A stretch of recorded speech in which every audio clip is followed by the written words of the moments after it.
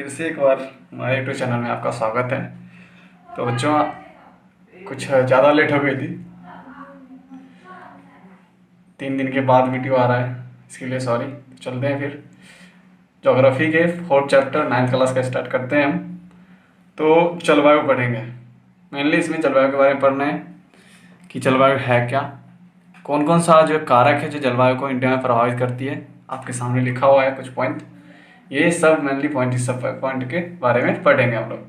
भारतीय मानसून कैसा है, मानसून का आगमन कब होता है, फिर वो ख़त्म कब होता है, ऋतु पढ़ेंगे, वर्षा का विवरण पढ़ेंगे, कहाँ पे कितनी बारिश होती है, कहाँ पे कितनी बारिश होती है, क्यों होती है यहाँ पे ज़्यादा, कहीं पे कम, मानसून पढ़ेंगे।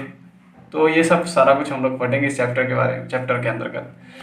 तो इससे पहले हमने 3 चैप्टर करवा रखे हैं ज्योग्राफी के। अगर आपने नहीं देखा है तो आप हमारे प्लेलिस्ट में जाके आप देख सकते हो। 9th क्लास के ज्योग्राफी 3 चैप्टर ऑलरेडी कंप्लीट हैं, और पॉलिटिकल साइंस के भी 3 चैप्टर ऑलरेडी कंप्लीट हैं। तो आज ज्योग्राफी के 4th चैप्टर, ठीक है। तो स्टार्ट करते हैं कि जलवायु क्या होता है। पहले यहीं से स्टार्ट करेंगे कि जलवायु क्या होता है। तो आपके सामने उसका डेफिनेशन लिखा है, और बाद में पढ़ेंगे जलवायु की जो प्रभावित करते हैं कुछ चीज़, अक्षांश, ऊंचाई, दाब, तापमान, ये सब के बारे में हम लोग इंडिविजुअली एक एक करके पढ़ेंगे, ठीक है। तो जलवायु का डेफिनेशन ये हो सकता है कि कोई भी मान लो एक स्थान है, वहाँ पे डेली बेसिस पे वहाँ का टेम्परेचर, वहाँ का दाब यानी मौसम हर एक दिन का जो है अलग अलग होता है। लेकिन जलवायु मौसम की जो है हर एक मौसम का हर एक दिन वो आकलन रखे रहते हैं। कुछ लंबे समय अवधि के बाद उसका आकलन निकाल के उसको ज्ञात करते हैं, उसको जलवायु कहते हैं, ठीक है। यानी डेली हम लोग जो देखते हैं टेम्परेचर कभी 28 डिग्री है, कभी 27 डिग्री है, कभी 30 डिग्री है, कहीं हवा मतलब पश्चिम की ओर चल रही है, कभी अचानक बारिश हो रही है कहीं, तो कहीं हमारे इंडिया में देखो कि कहेंगे कि बिहार एक ही है, तो मौसम एक ही क्यों नहीं होता। मौसम और जलवायु में अंतर है। देखो मौसम जो टाइम टू टाइम एंड आप कह सकते हो प्लेस पे रेफर करता है कि वो कैसे चेंज होगी।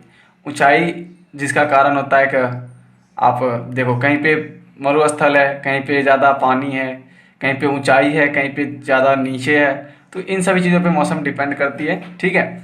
एंड सेकेंड थिंग कि मौसम को जो है हम डे टू डे उसका ज्ञात करते हैं, ठीक है, कि आज का मौसम कैसा रहा। यानी कि कभी देखते होगे आप कि समस्तीपुर या बिहार का टेम्परेचर इतना, इस गांव का टेम्परेचर इतना, इस गांव का टेम्परेचर इतना।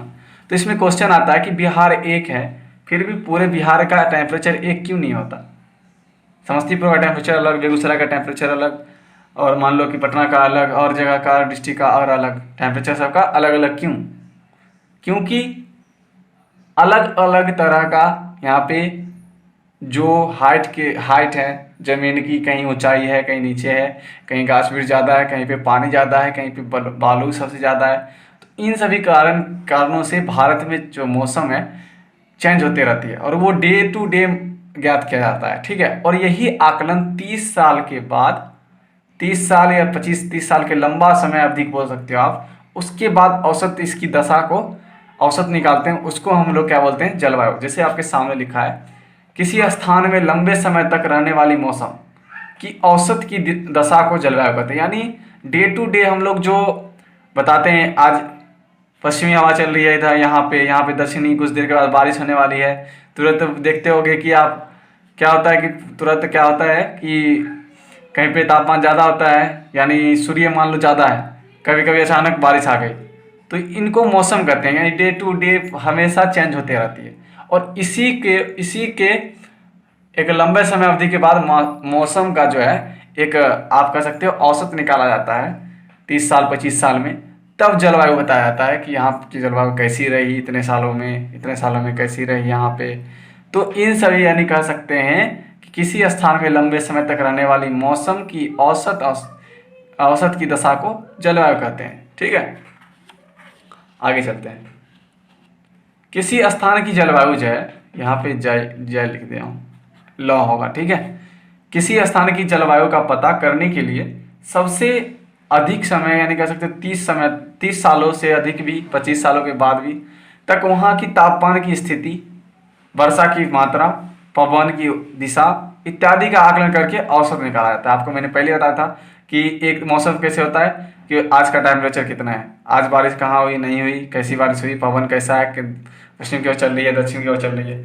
इन्हीं सब का जो है बहुत लंबे समय अवधि के बाद एक आकलन निकाला जाता है, औसत आकलन निकाला जाता है, जिसे जलवायु बोलते हैं। ठीक है। नेक्स्ट आपका जलवायु क्या होता है, मैंने पहले ही बता दिया, लेकिन आप डेफिनेशन जान जाओ।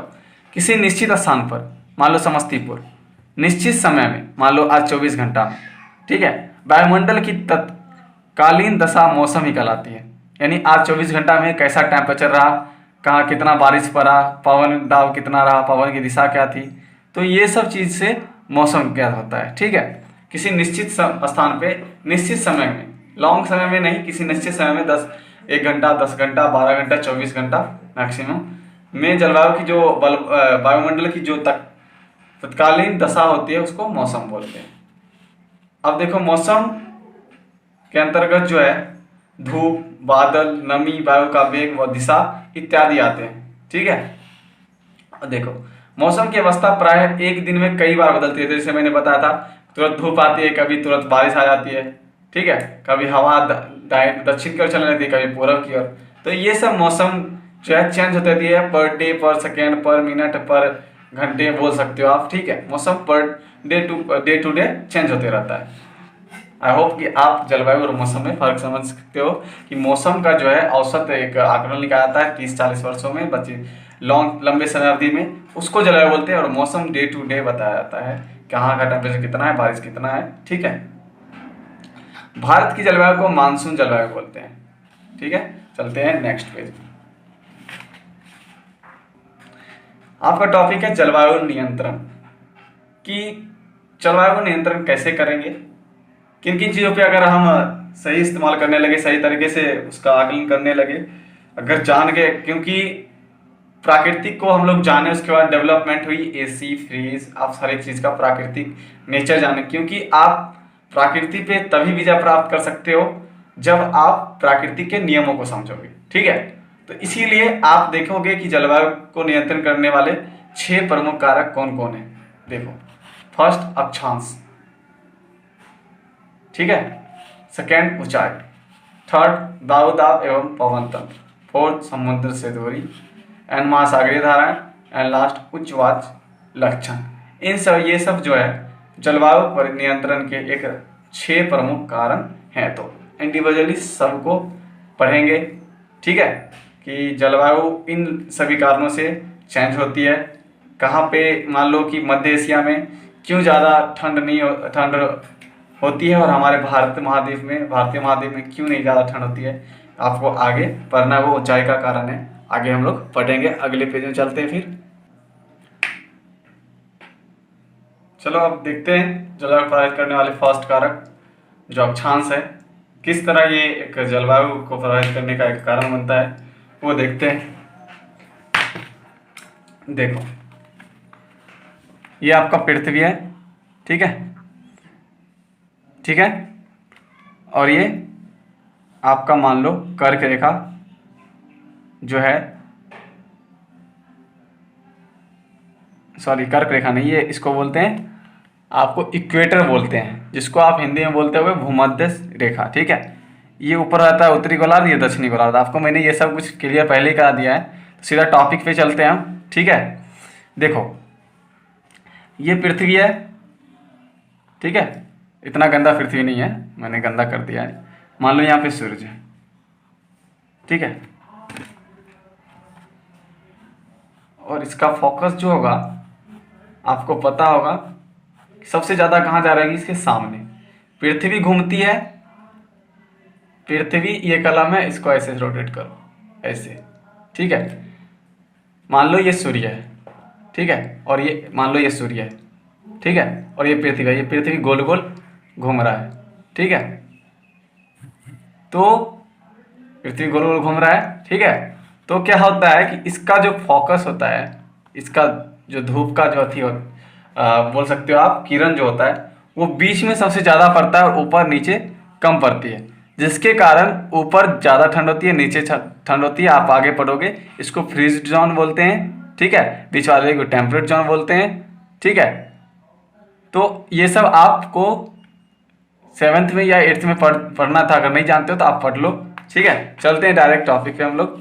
देखो, जलवायु को प्रभावित करने में सबसे अधिक महत्वपूर्ण होती है सौर ऊर्जा की, ठीक है, सूरज की ऊर्जा की। देखते हैं अब। देखो अक्षांश का क्या प्रभाव होता है। जो निम्न अक्षांश क्षेत्र होते हैं, नीचे के एरिया, वहाँ पे, इस एरिया में बता रहा हूँ मैं, नीचे में, यहाँ पे सूर्य की प्रकाश, निम्न अक्षांश क्षेत्रों में जहाँ सूर्य की प्रकाश अधिक जाती है। निम्न करने का मतलब हुआ कि जो बीच का भाग है, यहाँ पे सूर्य का जो फोकस होता है ज़्यादा जाती है, जिसके कारण यहाँ गर्मी अधिक पड़ती है, ठीक है। और जो ऊंचा एरिया में है, यानी जीरो इक्वेटर से लेके हाई पे है, और इधर, ठीक है, नीचे की तरफ हाई पे, तो यहाँ पे सूर्य की प्रकाश कंपेयर करोगे तो इसके अकॉर्डिंग यहाँ पे ज़्यादा नहीं जाती है। लास्ट में दोनों तरफ, इक्वेटर के जस्ट नीचे साउथ की तरफ जीरो आप कह सकते हो लास्ट में, और ऊपर इक्वेटर के ऊपर, ठीक है, यहाँ पे सूर्य का प्रकाश सही तरीके से नहीं जाता है, जिसके कारण यहाँ पे गर्मी नहीं होती, यहाँ पे ठंड होती है, ठीक है। इन आप देख सकते हो अक्षांश जो है, अक्षांश किस तरह काम कर रहे हैं जलवायु परिवर्तन करने में। अगर जो इस अक्षांश पे यहाँ पे होगा, जिसका जो देश, ठीक है, और जो सूर्य के सामने होगा, ठीक है, वो उस देश में ज़्यादा टेम्परेचर होगा, और ऊपर वाले में कम होगा, और वहाँ ठंड ज़्यादा होगी। इधर भी वैसा ही हाल होगा, क्योंकि डायरेक्ट ये सीधा लाइट जो है वो पृथ्वी के बीच के भाग में जो भी आपको देश है, वहाँ पे ज़्यादा टेम्परेचर होगी, जिसके कारण वो गर्म देश होगा, ठीक है। भारत की कर्क रेखा जो है, पूरब में मिजोरम से पश्चिम में गुजरात तक, आपको मैंने बताया था किस तरह कर्क रेखा 8 राज्यों को काटती है। उसको याद रखने का एक ट्रिक, तो आप नहीं देखे तो हमारे प्लेलिस्ट में जाके आप फॉर ऑल जो है, आप उस प्लेलिस्ट में क्लिक करें, और आपको शॉर्ट ट्रिक के लिए बहुत सारे वीडियो वहाँ पे आपको मिल जाएंगे, ठीक है। तो भारत की कर्क रेखा पूरब में मिजोरम से पश्चिम में गुजरात तक 23.5 डिग्री पर काटती है, और 8 राज्यों को काटते हुए जाती है। आपको ऑलरेडी ये पता होगा। आगे देखते हैं। कर्क रेखा के उत्तरी में स्थित भाग उपोष्ण कटिबंधीय तथा दक्षिण में स्थित जो शेष भाग है, उसको उष्ण कटिबंधीय कहते हैं। उस एरिया को उष्ण कटिबंधीय क्षेत्र कहते हैं, जो आपको दक्षिण में होती है कर्क रेखा के नीचे, और ऊपर जो होती है उसको उस उपोष्ण कटिबंधीय कहते हैं। और भारत की जलवायु का एक ये विशेषता है कि कहीं पे ऊपर में दक्षिण उत्तर की ओर आपको उपोष्ण कटिबंधीय मिल जाती है और ऋतु और जलवायु, और नीचे में आपको उष्ण कटिबंधीय मिल जाती है, ठीक है। चलते हैं लास्ट करते हैं, ऊंचाई किस तरह हम लोग को इफेक्ट करता है ये जलवायु परिवर्तन करने में, ठीक है। देखते हैं। जलवायु के भारत के उत्तर में लगभग 6000 औसत ऊंचाई वाला हिमालय। आपको पता होगा हिमालय का निर्माण कैसे हुआ। हिमालय किसको बोलते हैं? हिमालय पर्वतों की श्रृंखला को बोलते हैं, ना कि कोई एक बड़ा पर्वत है उसको बोलते हैं हिमालय। हर एक बहुत सारे पर्वतों की श्रृंखला का नाम रखा गया हिमालय। जैसे हमारे घर में बहुत सारे मेंबर हैं, ठीक है, और हम रॉय मान लो, हम लोग का टाइटल रॉय लगता है, राय लगता है मान लो, ठीक है। सबका अपना अपना अलग नाम है, और पूरे हॉल को एक हम नाम रख दिए रॉय फैमिली, ठीक है। तो ये ऐसा ही सिस्टम है। पर्वत की ऊंचाई किसी का छोटा है, किसी का बड़ा है, और किसी का नाम कुछ है, किसी का नाम कुछ, तो उस पूरे हॉल पर्वत की श्रृंखला को बोला गया हिमालय।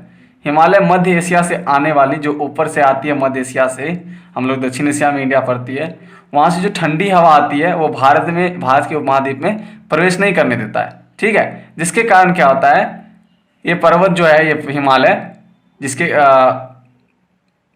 हवा को आने नहीं देती है हमारे भारतीय महाद्वीप में, जिसके कारण हम लोग की तुलना में जो मध्य एशिया कंट्री हैं वहाँ ज़्यादा ठंड होती है, और हम लोग यहाँ कम ठंड होती है, ठीक है। आई होप कि आप यहाँ तक समझ गए होंगे, आपके लिए हेल्पफुल होगी। अगर कोई प्रॉब्लम हो तो आप व्हाट्सएप ग्रुप में या आप हमें कमेंट सेक्शन में बताएंगे। मिलते हैं अगली वीडियो अगले एपिसोड के साथ।